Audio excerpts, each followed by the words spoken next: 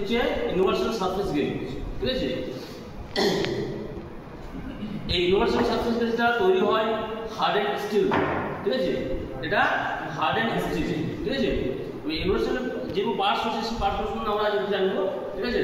দেখ প্রথমে যে আমরা পার্টস জানছি সেটা হচ্ছে প্রথমে এটা কি ক্ল্যাম্পিং নাট, এটা লাগানো থাকে বলে এটাকে ঠিক আছে, এটা হচ্ছে স্ন্যাচ, ঠিক আছে।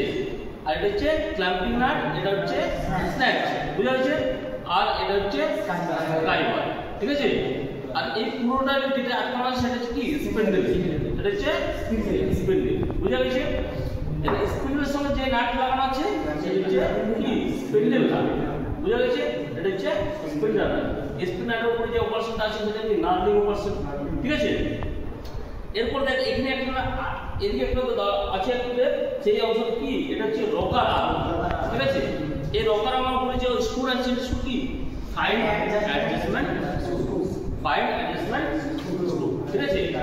এই পুরো অংশটা যেটার উপর লাগানো আছে সেটা হচ্ছে পুরোটা কি বেস, ঠিক আছে, ঠিক আছে।